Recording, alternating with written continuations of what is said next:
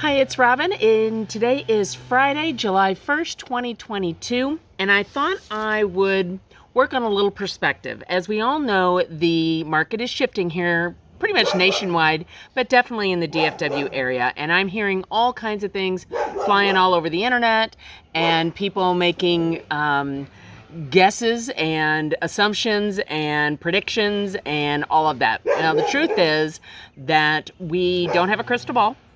We don't know what tomorrow is going to bring. However, we do have trends and things that are going on that we can look at and how we can determine maybe where things could go. So I can speak specifically to the DFW area, and then I can speak generally about all the other, the nationwide kind of stuff. First of all, I want to talk about interest rates. Interest rates have gone up. They're right around 5 to 6%. That doesn't mean chicken little, the sky is falling or anything like that. Over the last several years, we have had incredibly low rates. That has been not normal, but they were used to stimulate home buying and refinancing and stimulate the economy. Well, it worked. We had a lot of some of the best numbers, highest numbers in home sales over the last 2 years. Now, inflation has caught up with us. Supply chain issues have caught up with us and things like that. So, of course, the interest rates have come up. Again, 5 to 6% is more normal and more, just that general number. So it's not, again, the sky's not falling and everything isn't, going to heck in a handbasket. But it has changed the way people do home buying. Now, that said, we are still very much in a seller's market. Many of the buyers have kind of slowed back, come back. You're hearing, I'm sure, that major banks are laying off their mortgage people. 1,100 out of, I think, Wells Fargo recently, and a couple of others. Well, let's put that into a little perspective. First of all, the flurry, they overhired. They overhired for all the flurry of refinances and new applications and all of those things. And now that flurry is over. So they don't need those people anymore. So being public companies, they rely on their board wants to know where their profits are, so they cut those people right away. So that does not mean that that the sky is falling. Public company, they want profits. When they need to turn over refis, and don't want to name names, but big banks aren't always the most efficient in their processes. And so when they have a flurry of business, they just hire people. And then when they don't need those people anymore, they just let them go. This is why realtors recommend local banks and local lenders, I should say. Local lenders. Excuse me, some reason I'm getting phone calls. Secondly, new home starts nationwide are hitting a 14-year high. New home starts means the new construction. The new construction. So the builders are getting caught up, and buyers are having a place to go, right? Many of them are okay waiting. They renewed leases, so now they can wait the 6, 8, 9, 10 months it may take that new build to come to fruition. The new starts, the builders are building spec homes and going ahead and getting those sold. And so that piece of the puzzle is coming together. Now, we are still way behind. I don't want to give any false illusions on that, but they are at a 14-year high.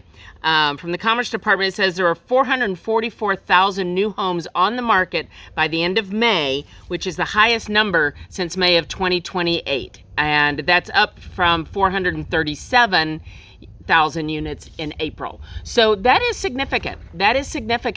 And so we want to, that's why we're seeing, those buyers are a little spread out. Some have gone to new construction. Some have just decided, I'm just going to wait. And in fact, applications for mortgages have decreased somewhere between 10 and 13 or 14%. So things are changing. again, we are still very much in a seller's market. It is still a great time to sell. This is the selling season, right, in the spring. So if you are contemplating selling your home, it's still a good time to sell. We are still in a deficit for inventory. You just may not get 50 offers, or you might. Depends on the house. Depends on how it's priced. But overall, we are seeing price reductions. We are seeing longer days on market. This doesn't mean the world is coming to an end. Again, this is normalizing. The last 2 years have been abnormal, atypical. This is more typical, where we see houses on the market for 2 to 4 weeks.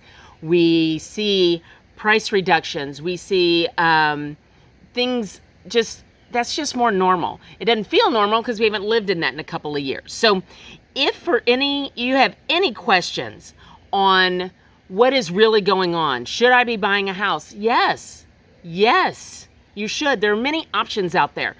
We've been living on a 30-year fixed note for a decade, but maybe an adjustable rate mortgage isn't such a bad idea for you, depending on your situation. How long do you intend to live in the house? You know, there's these memes going across Facebook. I don't know if you've seen them. It said, marry the house, but date the rate. You can refinance your house anytime you want. So if you go in right now at 5.5 and in March of next year they drop to 5, you can refinance your house. You can, anytime you want.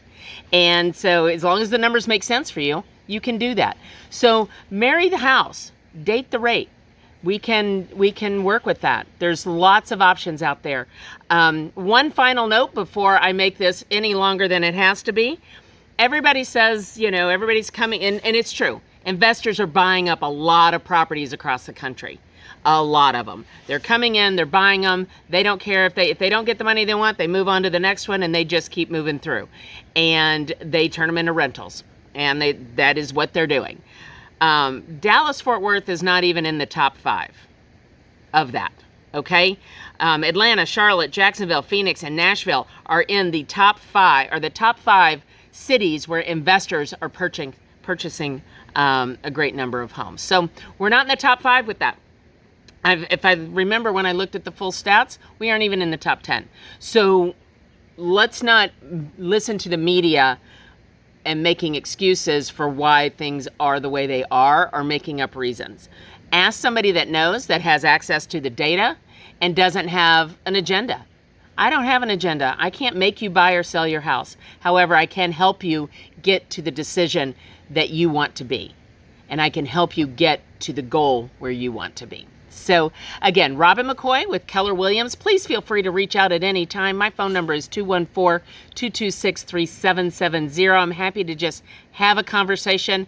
I believe that conversations lead to knowledge, and knowledge is power. And the more power you have within your own situation and your own circumstances, the better decisions you can make. So give me a call, shoot me an email, RobinMcCoy@kw.com, and let's have a conversation. And I hope you have a great 4th of July weekend. It is beautiful here in Dallas. Able to sit outside this morning before the heat starts cranking up. So I hope you're getting some outside time too. And we'll talk real soon. Bye.